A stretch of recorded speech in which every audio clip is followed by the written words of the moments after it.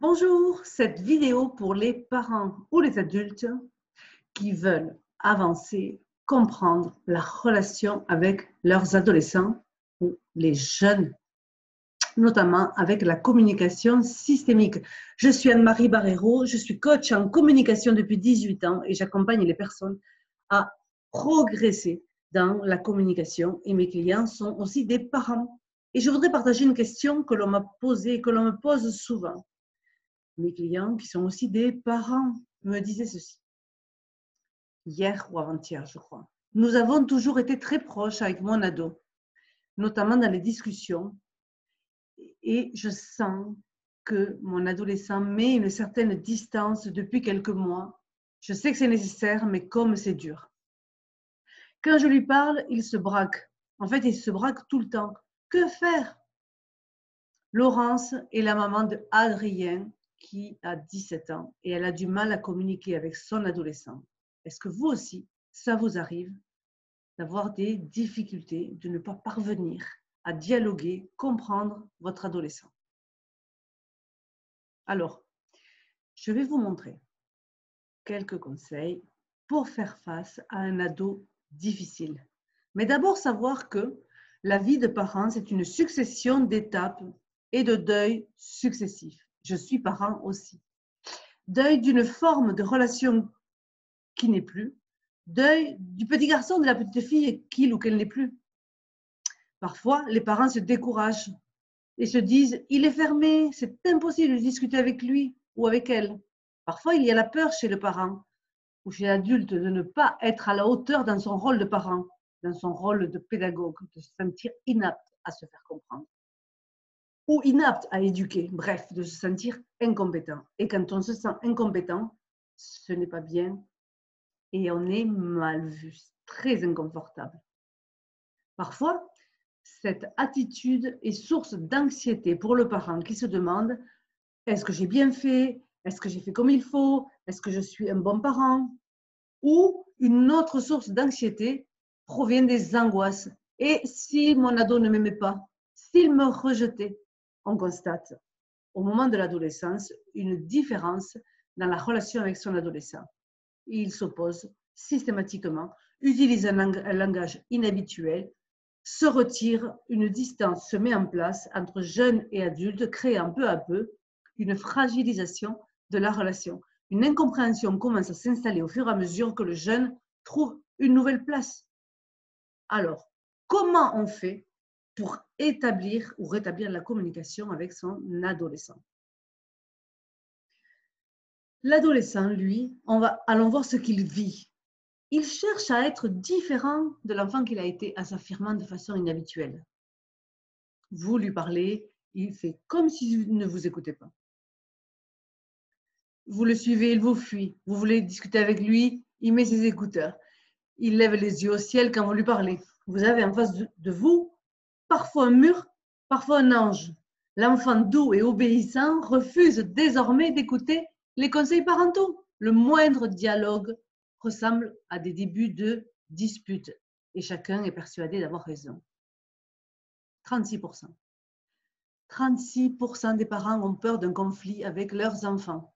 Dans la plupart des cas, le laisser-faire ou la punition restent les deux solutions utilisées, inefficaces dans le temps et surtout l'occasion de ruptures de dialogue qui font souffrir les parents, les adultes et les adolescents. Pourquoi la communication est-elle si difficile? Eh bien, c'est contextuel. Ceux et celles qui me connaissent le savent. Il y a des points de vue qui se confrontent au lieu de s'unir. Il y a un manque d'écoute de part et d'autre.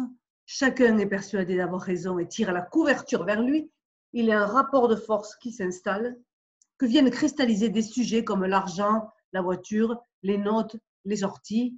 Résultat, mutisme, rébellion, mensonge sont des signes de difficulté à s'exprimer de façon authentique. Pourtant, chaque parent aimerait tellement éviter que l'ado se renferme, se sentir rassuré car il a réussi à dialoguer avec son ado, être en paix, ressentir la sérénité quand l'adolescent sort, quand il va à l'école, quand il fait ceci ou quand il fait cela.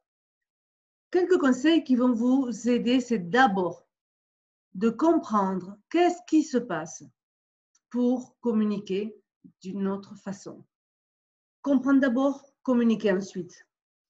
Se rappeler que l'attitude de son adolescent est légitime, que nous sommes conditionnés par une société normative, où la norme nous dit « il faut faire ceci, il faut faire cela, tu ne dois pas faire ceci, tu ne dois pas faire cela », que ces normes mettent nos adolescents en difficulté, elles nous disent quoi faire.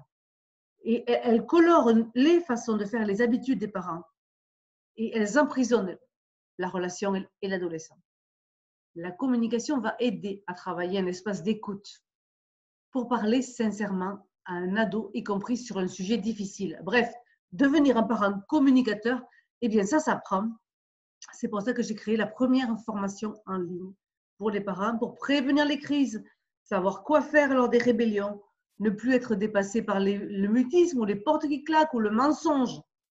Car en tant que parent, on a envie de transmettre ce qui est important à ses enfants, de l'aider dans ses devoirs, de l'accompagner dans ses fréquentations, s'il y a du harcèlement, de l'aider à se responsabiliser, de l'aider à s'autonomiser et surtout de garder un contact avec lui ou avec elle quand l'adolescent aura quitté la maison. C'est ce que j'explique dans le livre « Parents-ados comme chien et chat ».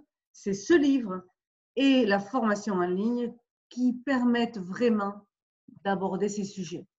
Dans la formation en ligne, 6 modules de 30 minutes pour reconnecter avec son adolescent, pour l'aider à raccrocher de la vie familiale, pour permettre de résoudre ces tensions et ces conflits qui sont pour moi des occasions de réfléchir et de rétablir de véritables échanges.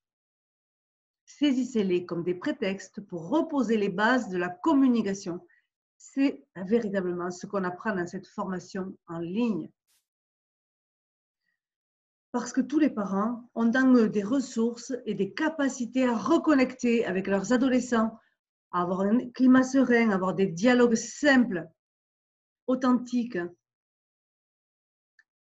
Rappelez-vous, la communication authentique, c'est au-delà des mots, c'est comprendre d'abord, puis agir ensuite. Les enfants nous veulent authentiques, qu'ils nous poussent dans nos retranchements pour qu'on puisse changer d'attitude de communication avec eux. Et moi, je dis, est-ce qu'on pourra un jour remercier nos adolescents de ça? Parce qu'ils nous poussent à changer. Et souvent à changer dans le bon sens.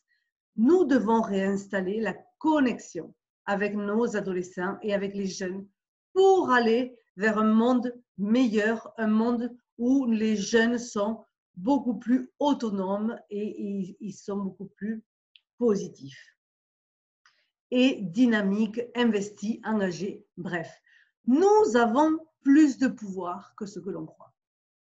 Cette formation en ligne d'une durée de 2 heures, de 6 modules de 30 minutes, en tout cas, toutes les informations sont dans la vidéo, on va dire c'est globalement 2 heures.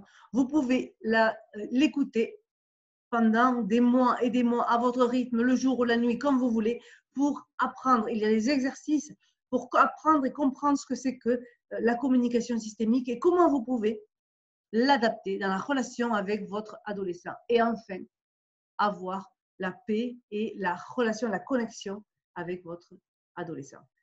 Toutes les informations en dessous de cette vidéo, n'hésitez pas à me laisser un message ou à me contacter via le lien qui se trouve en dessous. Je vous souhaite une très belle journée.